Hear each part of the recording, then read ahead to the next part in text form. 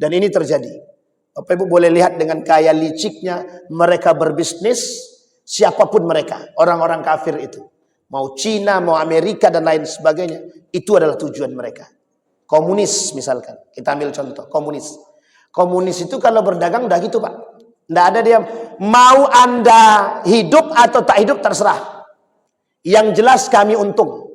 Kalau Anda mau untung, nggak terserah, urusan kami. A'udzu billahi minasyaitonir rajim. Bismillahirrahmanirrahim. Assalamualaikum warahmatullahi wabarakatuh.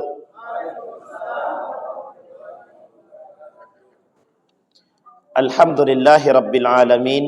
Alhamdulillahilladzi an'ama bi ni'matil iman wal islam bihima tatimmus salihat. Asyhadu an la ilaha illallah wahdahu la syarikalah wa asyhadu anna Muhammadan abduhu wa rasuluh la nabiyya ba'da. Allahumma salli wa sallim wa barik ala hadzal nabiyil karim. Allahumma salli ala Muhammad wa ala ali Muhammad fil alamin innaka Hamidum Majid. Ya ayuhan nasu taqu rabbakumul ladzi khalaqakum min nafsin wahidah wa khalaqa minha zawjaha wa batha minhuma rijalan katsiran wa nisaa'a wattaqullaha alladzi tasaaluna bihi wal arham innallaha kana 'alaikum raqiba.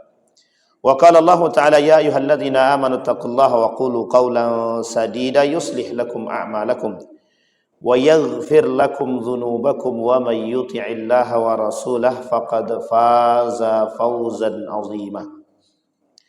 Puji syukur kehadirat Allah dengan mengucapkan alhamdulillahirabbil alamin. Berselawat kepada Nabi dengan mengucapkan Allahumma salli ala Muhammad wa ala ali Muhammad fil alamin innaka Hamidum Majid. Bapak Ibu sekalian yang berbahagia, mudah-mudahan Allah melimpahkan rahmat dan karunia-Nya kepada kita semua. Allah berkahi hidup kita, rumah tangga kita, puasa kita. Insyaallah kita semua yang hadir husnul khatimah dan istiqamah dalam kebaikan dan ketaatan kepadanya. Amin ya rabbal alamin. Bagi orang tua kita yang telah mendahului kita, selalu kita berdoa semoga Allah tempatkan di tempat terbaik di sisinya, Allah terima amal ibadahnya, Allah kumpulkan bersama orang-orang yang saleh. Bagi orang tua kita yang masih hidup, Allah sehatkan, Allah kuatkan, Allah murahkan rezekinya, kemudian istiqamah, insyaallah husnul khatimah. Baik Bapak Ibu sekalian yang berbahagia, di subuh hari ini Bapak Ibu kita mencoba mengkaji buku tipis. Ada buku dari karangan Imam Al-Ghazali, bukunya tipis, judulnya Asnaful Maghrurin. Buku ini berjudul tentang orang-orang yang tertipu. Namanya Asnaful Maghrurin. Golongan-golongan yang tertipu di dunia.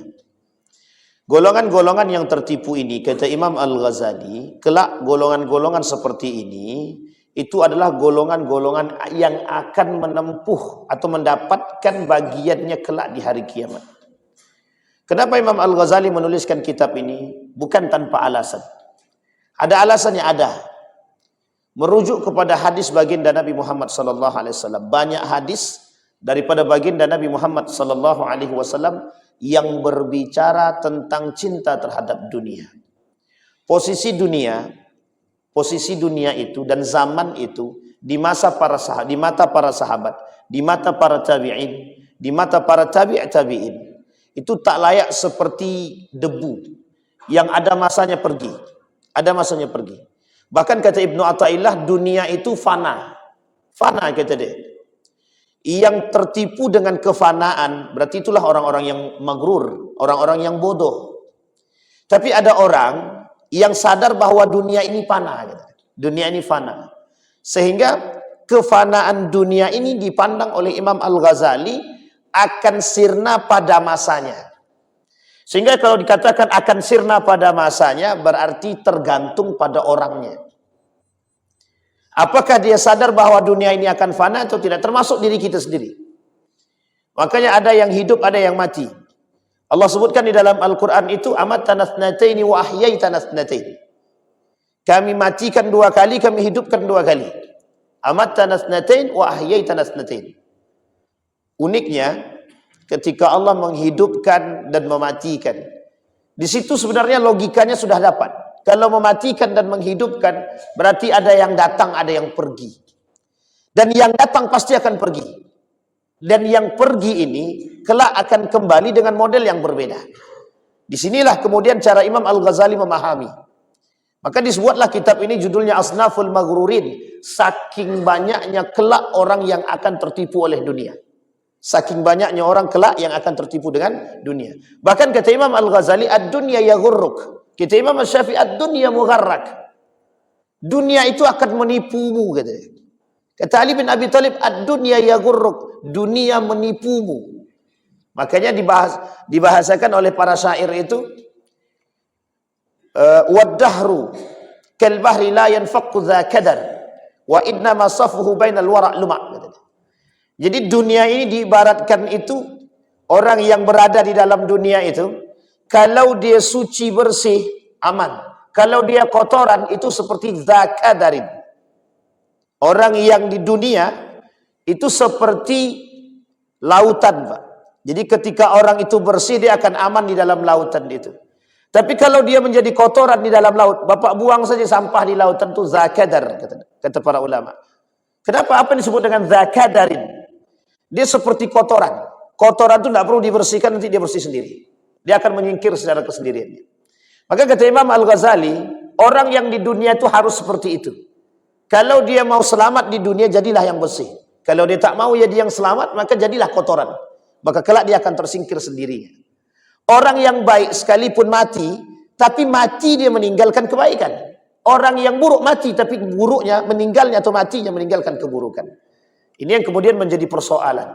Maka kata Imam Al-Ghazali membagi buku yang tipis ini. Sangat tipis bukunya. Asnaful Maghrurin dibagi pada 4 bagian. Satu kata Imam Al-Ghazali, ghururul kafir. Tertipunya orang-orang kafir. Yang kedua, ghururul abidin. Tertipunya orang-orang ahli ibadah.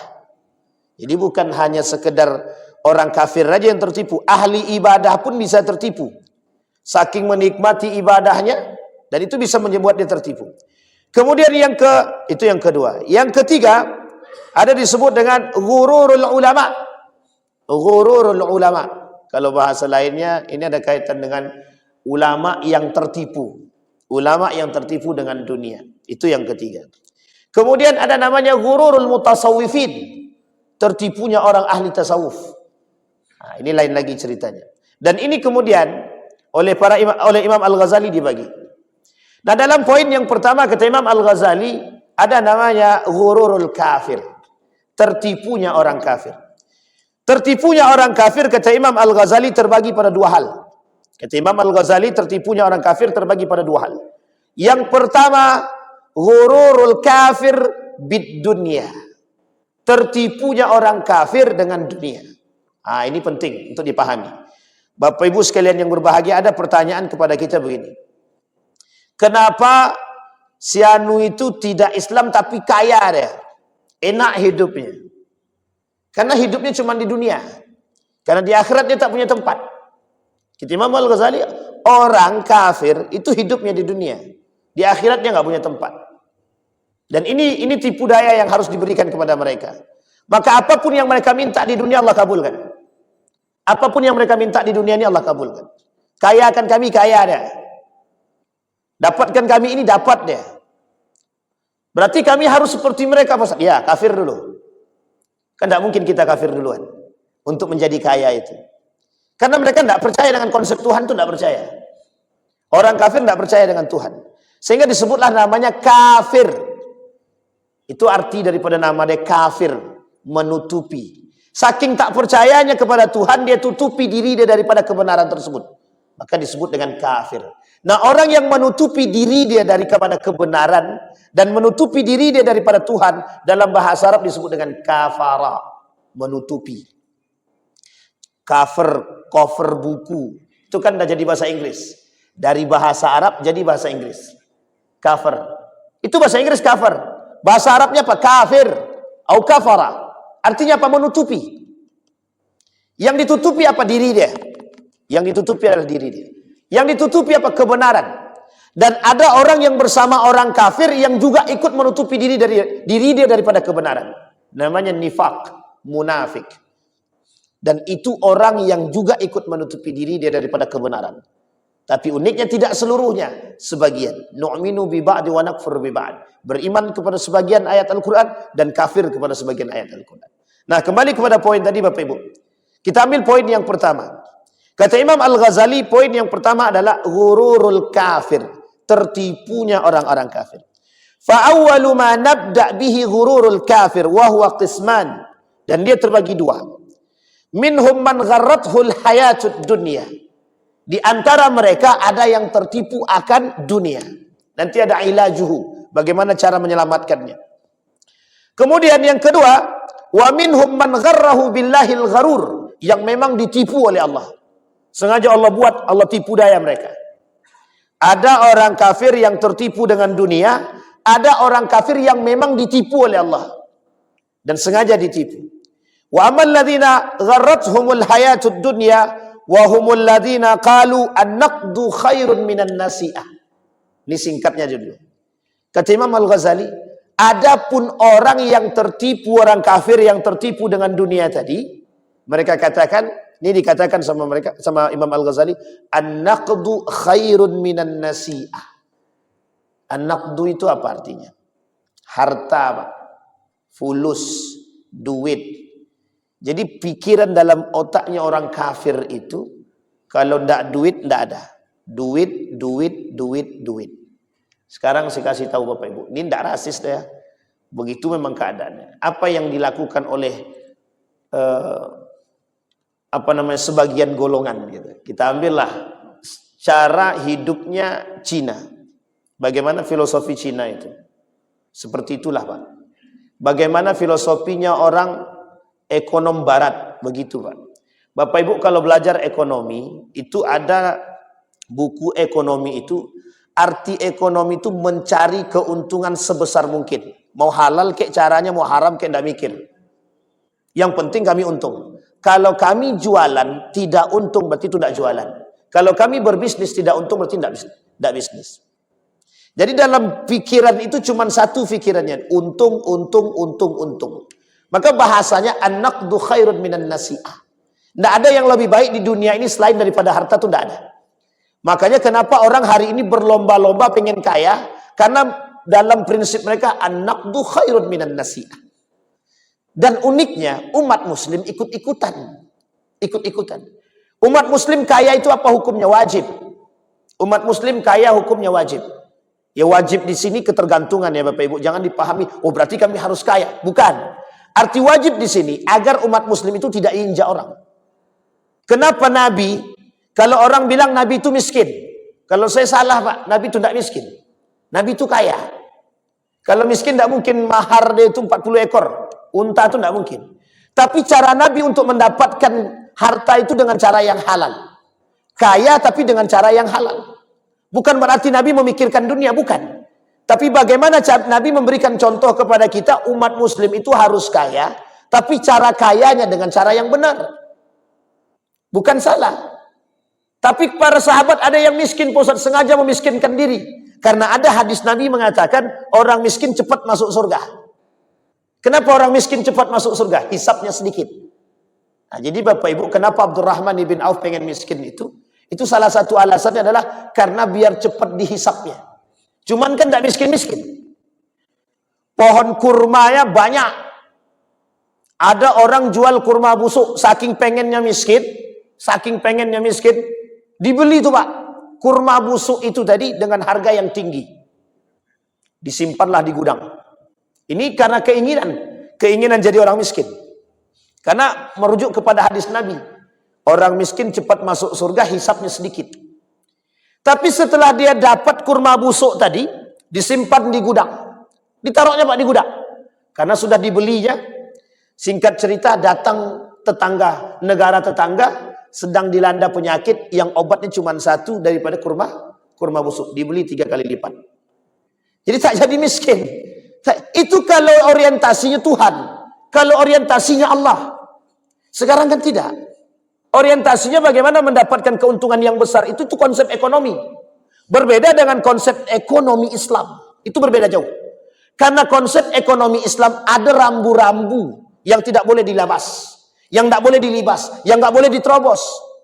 Kita ambil contoh misalkan, trading, pasar saham. Itu adalah satu perbuatan atau satu program dan proyek yang sudah zahir. Sebutlah namanya yang paling terkenal misalkan George Soros, John Perkin. Ini kalau yang ahli ekonomi mesti tahu. John Perkin itu sampai diwawancara. Kenapa pasar saham itu ada? Yaitu sengaja dibuat. Sengaja dibuat. Siapa yang buat? Orang Yahudi. Apa tujuannya? Penguasaan ekonomi. Jadi cara menguasai ekonomi paling cepat itu dengan bermain pasar saham. Sehingga hari ini banyak pasar saham itu banyak. Muncul pula pasar saham syariah namanya. Nah, bentar lagi ada kontraktor syariah, laundry syariah, ada ojek syariah. Nah, itu bisa saja, sangat mungkin terjadi. Kenapa demikian? Karena ini dia poinnya, Pak.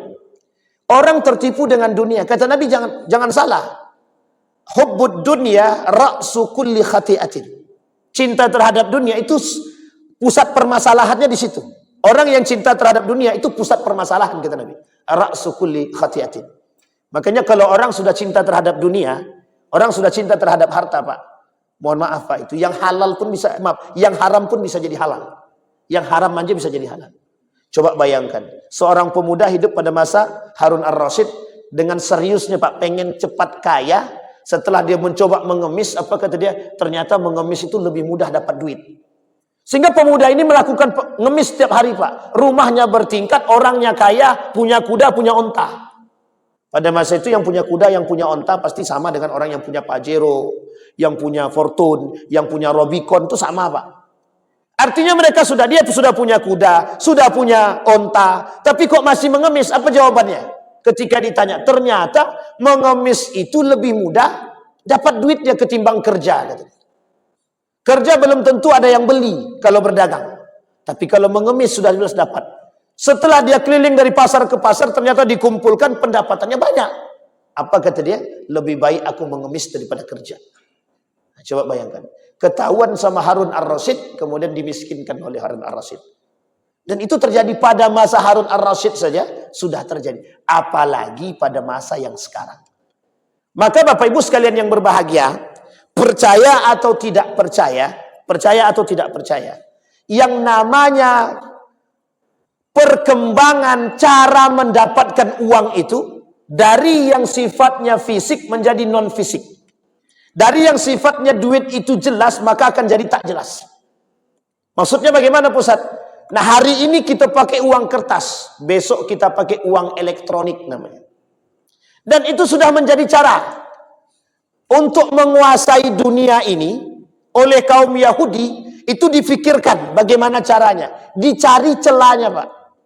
Ada namanya dulu Bitcoin. Dan itu akan menjadi proyek untungan. Kata Ustaz Mustafa Umar dalam diskusi kami, kata beliau, suatu masa akan terjadi namanya duit digital. Jadi duit digital ini orang tak lagi pakai uang kertas. Orang tak pakai lagi transaksi. Sekarang tuh udah begitu, Pak. Pergi ke mall pakai kiris, masih mending kiris kan. Tapi kalau pakai yang lain, di Saudi juga sudah pakai bukan kiris tapi ada nama yang lain.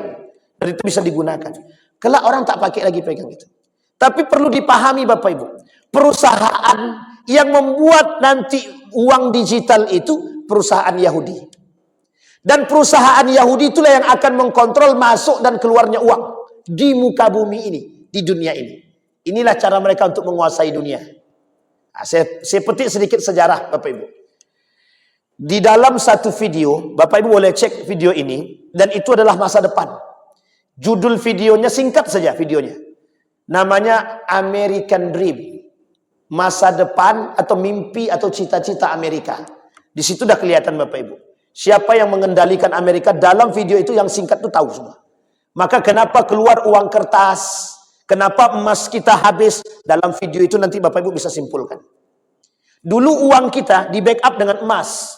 Setelah di backup dengan emas, hilang emasnya, tinggal peraknya. Di backup dengan perak. Sekarang perak sudah habis, tinggal timahnya. Timah tak ada lagi, pakai apa lagi? Tak ada pakai apa-apa, Pak. Dan itu dikuras semua. habis. Sehingga tidak ada lagi backup. Uang Bapak Ibu kalau robek dan tidak ada guna. Uang kertas itu kalau sudah robek tidak ada guna. Uang timah kalau sudah patah tidak ada guna. Kalau dulu emas 1995 dijadikan cincin Pak sama orang. Ada uang yang 500 emas warna kuning itu yang tahun 1995. Itu kalau seandainya itu rata-rata dijadikan cincin. Karena masih ada backupan emasnya. Habis Pak, dikuras. Cara mereka melakukan untuk karena cinta terhadap dunia tadi, untuk mengambil dunia tadi, maka semua cara akan mereka buat. Dulu orang transaksi jual beli offline, sekarang online. Jadi unsur penipuannya lebih banyak mana? Online apa offline? Lo yang offline saja banyak tipu dayanya, apalagi yang online. Jadi kalau Bapak Ibu hari ini membeli online kemudian ditipu orang, tidak usah menggerutu. Karena memang sudah sunnahnya begitu. Pasti akan ada tipu daya dalam transaksi jual beli itu. Apalagi kalau transaksi jual belinya online. Sangat mudah Pak.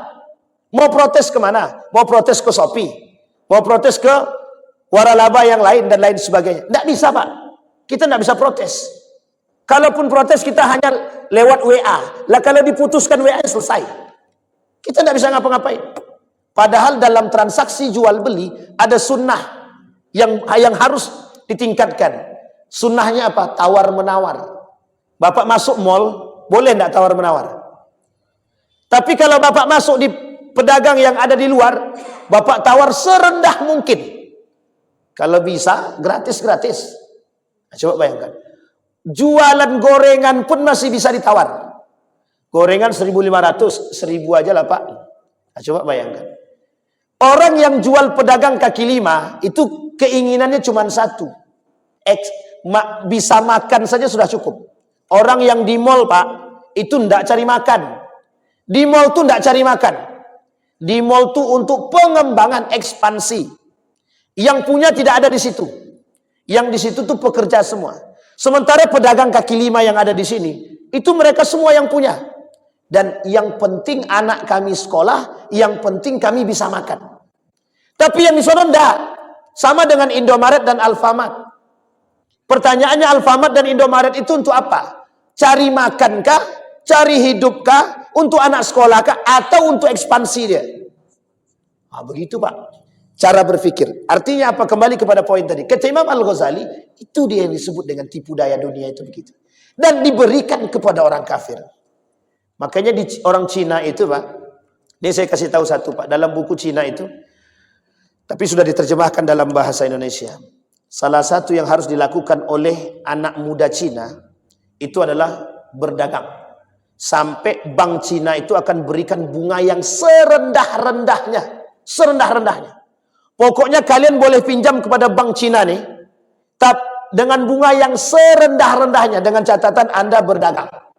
Dengan catatan Anda berdagang. Hanya diberikan kepada orang-orang mereka dengan serendah-rendahnya. Tapi ke yang lain tidak. Makanya hutang kita tidak selesai-selesai. Hutang kita ini tidak akan selesai Pak. Sulit selesainya. Kenapa? Sudah banyak. Kasusnya sudah banyak. Dan kembali kepada poin. Karakter orang yang hubbud dunia, cinta dunia dan ditipu oleh dunia ini, karakternya rakus. Apa namanya Bapak Ibu? Rakus. Ini tidak enak kalau sindir-menyindir subuh-subuh ini kan tidak enak. Rakus Bapak Ibu. Rakus itu dalam bahasa Arab ada dua. Dalam kitab Al-Mawsu'ah Al-Akhlaqiyah. Apa kata dalam kitab tersebut? Yang namanya rakus itu ada dua. Satu tama, yang kedua hirsun. Kata para ulama, arti hirsun itu asyaddu minat tama. Hirsun itu rakus. Tapi rakusnya dia lebih rakus daripada tama itu sendiri. Kira-kira kalau tama itu sudah rakus atau belum? Orang tama itu sudah rakus atau belum? Sudah rakus. Ada yang lebih rakus daripada itu. Namanya hirsun. Nah, kalau boleh kita sindir sedikit, kita sindir sedikit lah. Kasus Pertamina misalkan, 968 triliun misalkan. Itu kan kasus yang unik itu Pak. Sekarang saya tanya sama Bapak Ibu, 1 triliun saja. Tidak usah jauh-jauh 900. 1 T saja. Kira-kira 1 triliun itu bisa menghidupkan berapa banyak orang miskin? Berapa banyak Pak? 1 T. Oh jauh betul Pak Ustadz 1 T. Ya udahlah kalau jauh betul 1 T. 100 miliar lah.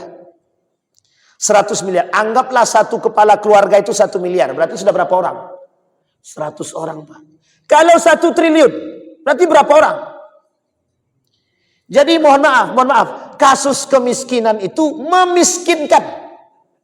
Jadi bukan miskin otomatis. Tapi dimiskinkan.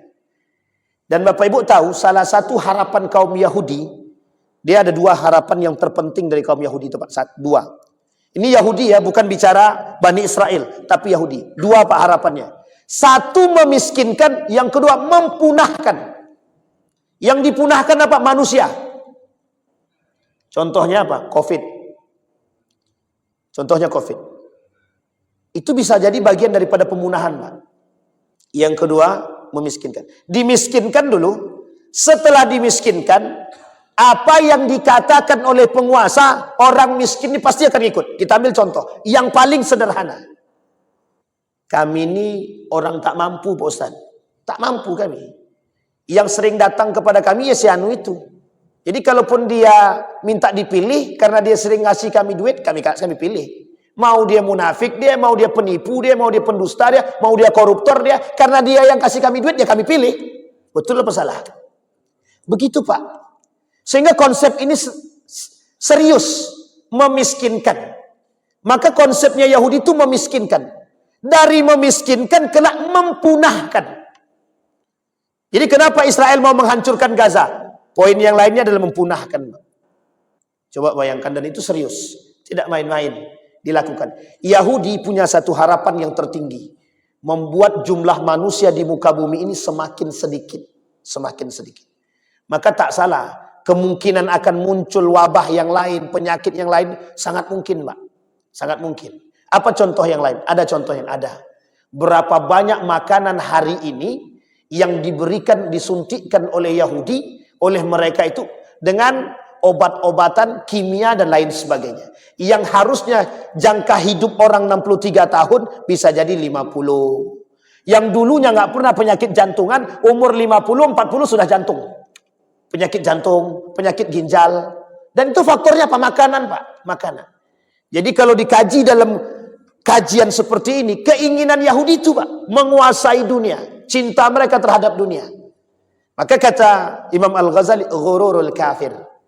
Apa salah satunya ghururul kafir tadi? Cinta terhadap dunia. Orang kafir ditipu dengan dunia, tertipu oleh dunia. Makanya kenapa dalam otak mereka tuh pokoknya duit. Karena penguasaan ekonomi bagi mereka bisa melakukan segala hal. Jadi kalau sudah menguasai ekonomi, semua bisa dilemahkan. Kembali pada poin yang kedua. Di dalam poin yang kedua, wa minhum man gharrahu billahil gharur. Yang kedua ini adalah orang yang ditipu oleh Allah, atau mereka sengaja ditipu oleh Allah, atau mereka melihat poin penting dari hal tersebut. Kita lihat. Dalam poin yang kedua tadi, apa kata mereka? Kata Imam Al-Ghazali, ada orang yang ditipu oleh Allah karena memang tak percaya kepada Allah. Orang kafir tidak percaya kepada Allah. Ditipu oleh Allah. Apa maksud ditipu oleh Allah? Allah berikan semua yang mereka inginkan. Ambil. Apa yang kalian mau? Ambil. Sehingga ada pertanyaan Pak. Jadi kalau kami mau kaya bagaimana? Kafir. Kalau mau kaya, kafir. Ini terjadi di Irlandia Pak. Seorang peneliti mengatakan begini. Dalam penelitian dia. Semakin tinggi tingkat ateis satu negara, semakin sejahtera negara tersebut. Dulu Indonesia ini mau dibuat begitu Pak. Mau dibuat begitu. Tahun 1950-an, tahun 2015 itu muncul satu pernyataan bagaimana Indonesia ini harus banyak ateisnya. Karena tolak ukurnya dalam penelitian tersebut ketika sedang populernya, semakin tinggi tingkat keateisan satu negara, maka negara tersebut akan semakin sejahtera. Paham maksudnya Bapak Ibu? Semakin jauh kita dari agama, maka negara akan semakin sejahtera. Sampai di sini bisa dipahami Bapak Ibu. Artinya apa? Agama merusak kesejahteraan. Agama merusak kesejahteraan. Dan harus kita pahami baik-baik dari penelitian tersebut. Ternyata yang mereka maksud adalah agama Islam. Bukan agama yang lain. Yang mereka maksud adalah agama Islam. Jadi ini poin penting untuk kita semua. Nah, dalam pasal yang pertama Bapak Ibu, kata Imam Al-Ghazali pada pasal yang pertama dalam judul yang tadi, Ghururul Kafir, fi man yusyarikunal kuffar ghururuhum minal mu'minin bi rabbihim. Apa kata mereka? Kata Imam Al-Ghazali, ada orang-orang mukmin yang mengikuti tipu dayanya orang kafir. Maksudnya bagaimana? Bekerja sama dengan orang kafir yang ditipu oleh Allah, atau mereka menipu Allah. Ada orang mukmin bekerja sama dengan orang kafir. Bapak Ibu paham maksud ini? Orang mukmin bekerja sama dengan orang kafir. Orang mukmin awalnya percaya dengan Allah. Kalau dah kerja sama dengan orang kafir, kira-kira percaya enggak sama Allah? Masih percaya, Ustaz, percaya. Kedua, kira-kira orang mukmin ini yang bekerja sama dengan orang kafir melakukan banyak kesalahan atau tidak? Sangat mungkin. Dalam konsep kafir, enggak ada namanya urusan bunga atau tidak bunga, itu enggak haram, Pak. Dalam persoalan kafir. Lah kalau diikuti oleh orang mukmin, orang beriman kok mengikuti konsep demikian? Satu. Yang kedua, orang kafir senang bekerja sama dengan orang beriman. Senang, Pak. Kenapa? Karena orang beriman itu punya aturan. Tapi mereka tidak pakai aturan. Artinya apa? Ketika berurusan dengan orang beriman, mereka aman. Tapi ketika orang beriman yang berurusan dengan orang kafir, maka kita harus ngikuti main dia.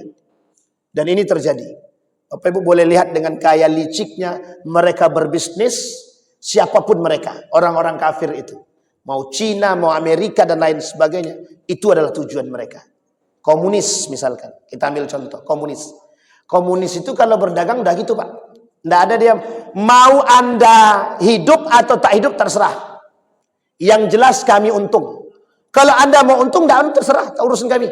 Nah, itu dia yang kedua. Yang ketiga, orang mukmin yang bekerja sama dengan orang kafir dalam urusan yang tidak dicintai oleh Allah. Orang mukmin bekerja sama dengan orang kafir dalam urusan yang tidak disukai oleh Allah. Kita ambil contoh. Yang punya, misalkan, yang punya perusahaan bir bintang.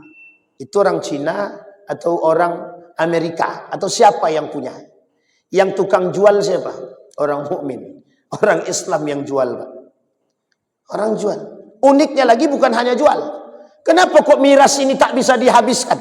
Tak bisa diberantas? Mungkin ada kerjasama, bisa jadi. Antara siapa dengan siapa kita nggak tahu. Kalau seandainya tidak ada kerjasama, harusnya mudah dong untuk dibasmi. Kok sampai sekarang tak bisa dihabisi? Bahkan uniknya, mereka jualan buka-bukaan, Pak. Ada salah satu swalayan di Bukit Barisan itu, pada tahun baru semalam, ditaruhnya bir bintang itu di depan toko, Pak. Di depan toko itu bir bintang ditaruhnya. Jual di diskon lagi. Itu bir bintang, Pak. Coba bayangkan. Itu artinya apa? Terang-terangan, Pak. Jual barang kalau jual barang yang haram begini bisa terang-terangan, ada apa? Titik. Pertanyaan tuh. Ada apa? Jadi kenapa kemungkaran susah dihapus, dibasmi?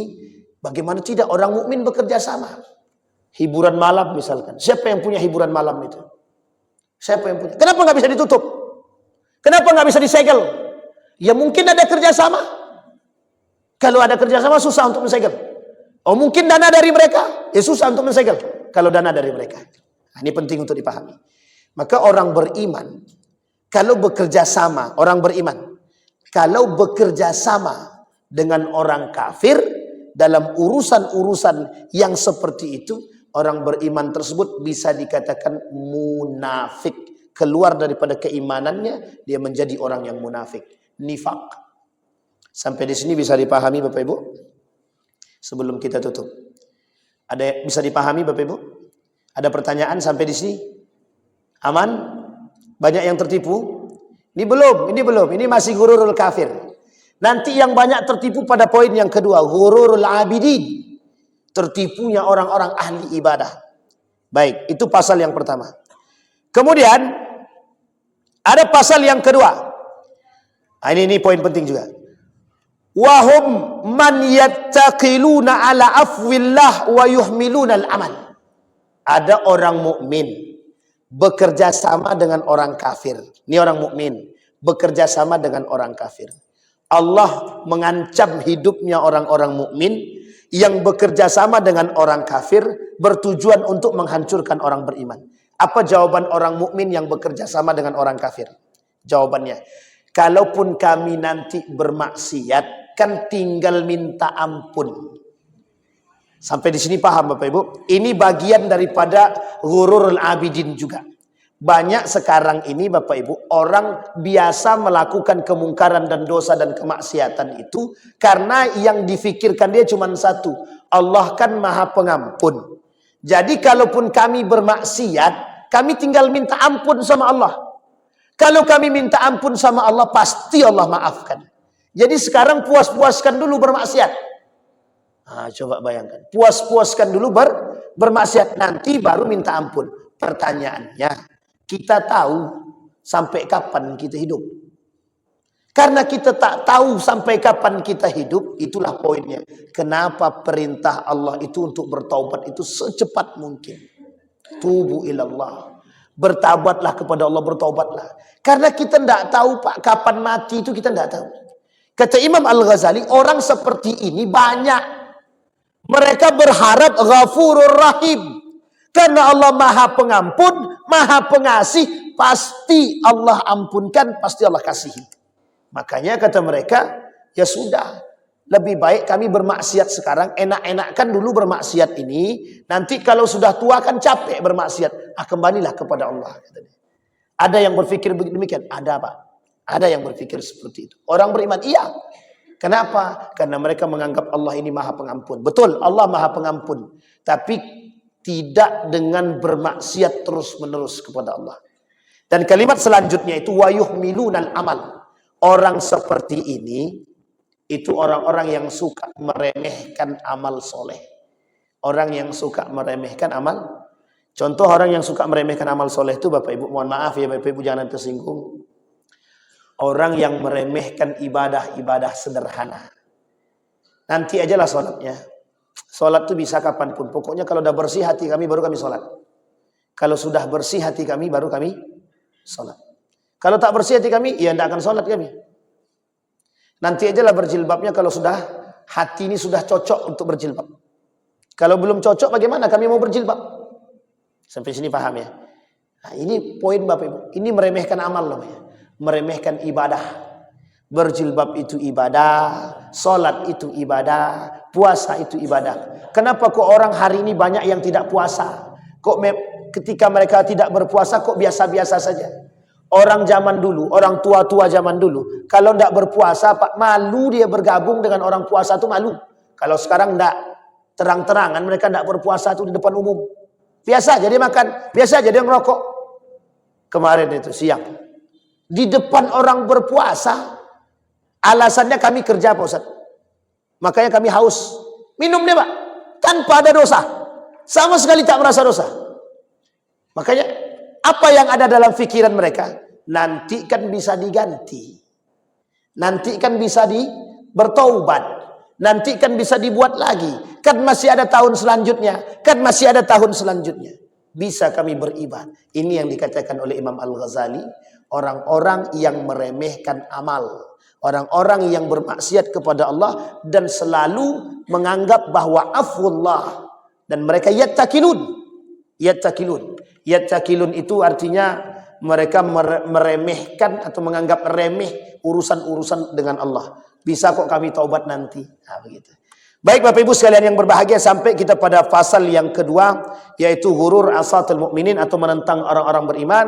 Orang-orang beriman yang menentang Allah, orang-orang mukmin yang tidak sejalan dengan orang-orang yang beriman yang sesungguhnya. Mereka tertipu dalam urusan dunia, mereka tertipu dalam urusan kerjasama dengan orang-orang kafir, yang dengan bekerja samanya mereka dengan orang kafir tadi justru menjauhkan mereka daripada ibadah kepada Allah.